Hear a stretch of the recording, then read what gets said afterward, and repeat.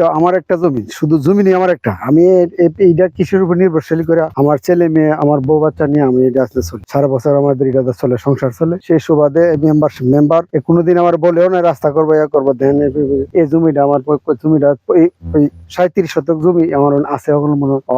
যদি হয় 30 শতক ইয়া হইতো না, 37 শতকের মধ্যে 30 শতক হইতো না, আমার মনে 25-26 শতক হবে। দেখেন হারা এমন অত্যাচারকারী মানুষ আছে দুনিয়াতে। আমাদেরকে যদি বলতো যে ভাই আমরা এটা করবো, আমরা সে করুক। যদি আমাদের জমি না ধান কাটার পরে সে করুক না, আমাদের কোনো আপত্তি নাই। আপত্তি আছে? আমাদেরকে হেরা এত জুলুম করে দেন। আমরা তো ইসরায়েলের হেরাও তো আসলে তো ফিলিস্তিনের মারে, হেরা ইহুদি দিকা, আর মুসলমানের অত্যাচার করে। আমার 4 কানি হাতের জমির উপর দিয়া তারা নিচে রাস্তা নিচে, প্রথম বছর জায়গায় নিচে, এখন আবার কি করছে লাগানো জমির উপর দিয়ে তারা এই বিকু লাগাইছে আমাদের না জানে। আমরা লাগানো ফসলটা তারা ধ্বংস করে দিছে। তারা তো একটা আমাদের বলার দরকার ছিল যে আমরা এখান থেকে বিকুতে মাটি কাটবো।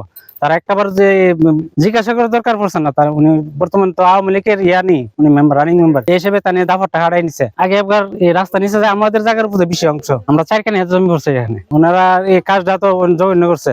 রাস্তার কৃষকের দরকার, এখানে কোনো প্রতিবেশী গ্রামের সাথে এটা কোনো সংযোগ নাই। যদি থাকতো না, এই 2 গ্রাম আগুলোকে আসা যাওয়া করতো, রাস্তাটা সংস্কার করতো, এটা ঠিক ছিল। আর সামনে কিছু বাড়ি ঘর ছিল, লোক ছিল, তাও তো নাই। অযথা তার নিজের স্বার্থে এই যে আওয়ামী লীগের আমলের মেম্বার ছিলেন, তো ওনার ওই অতিথের মতো করে এই কাজটা এবারও করছে। মুক্তাদির সাহেবের সাথে নাকি শুনছি খুব ভালো সম্পর্ক ছিল। আর 15 থেকে 20 দিন পরে ধানগুলি বেরিয়ে আসবে, আর 30 দিন পরে ধান কাটা লাগবে। এই অবস্থার মধ্যে এই ঘটনাটা হয়েছে। এখানটা বিরাট একটা কৃষকের, অনেক কৃষক আছে যে আমাদের দাঁড় কর্য করে জমিটা আপনার রোপণ করছে। যে লাভটা হইলে সে জায়গায় লাভ না হয়ে ক্ষতি হবে। আর বিশেষ করে আমাদের যে প্রজেক্টের যে ডিপট মিশনটা, এই হালটাতে পুরা 15 দিনের পানি লাগবে হালটা ভরতে, যা একটা পুরা রাউন্ড করে আসে।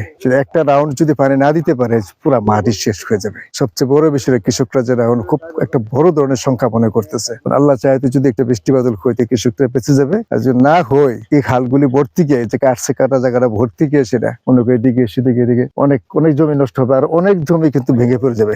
এদিকে একদম আমার লোকে কইছে আমি গেলে একটা কত দিতাম না, এত আমারই বেশি। আমি কিছু আমি আর দিতাম না, যেহেতু খুব দেখবে আমার এতের মধ্যে আমরা দিছি, আমরা সব তুই একটা কাম কর, 100 বার মাটি আমরা কোনো আবৃত্ত নাই। হেঁটে দেয় চাললে কোদালটা কাটতে দে, কোদালটা কাটতে দিলে তাক জনগণের উপকার হইলো, যখন আমরা হুতি লইল। এরপর আমি আইসে কেটে লাইছে, আমার একটা জমি নিয়ে কেটে লাইছে যখন আমার এই জমি আইসে, আমরা ব্রেক করছি যেন একটা কত মাটি দিতে না, দিছেও না। আমরা কিছু আর ধরবে ফেস লাগবে যেন ইকবাল মেম্বার 5 নং ওয়ার্ডের, উনি নাকি প্রজেক্ট আইনে সেটা রাস্তাটা বাস্তবায়ন করতেছে। বেকু দিয়া মাটি কাটতে রাস্তা থেকে উঠাইছে। এখন রাস্তাটা মাটি উঠাইছে, এই যে আমাদের ফসল অনেক টাকা দিয়ে সেটা আমরা এই জমি চাষ করছি, এই জমিগুলা নষ্ট হয়েছে। এই জমি নষ্ট হতে আমরা ক্ষতিগ্রস্ত হয়েছি, প্লাস আমাদের যে জায়গার জমির অবস্থানটাও নষ্ট হয়ে গেছে।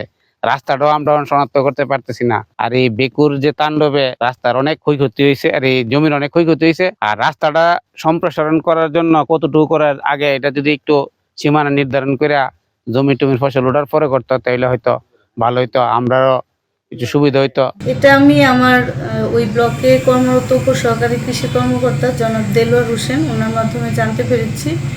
আমি জানতে পেরেছি ওখানে একজন সাবেক মেম্বার, ওনার নাম ইকবাল হোসেন, উনি ওনার বাড়ি থেকে পুকুরে যাওয়ার জন্য একটা রাস্তা তৈরি করেছেন। এখানে প্রায় ওনারা যেটা বলেছেন যে 4 থেকে 5 বিঘা জমি পড়েছে।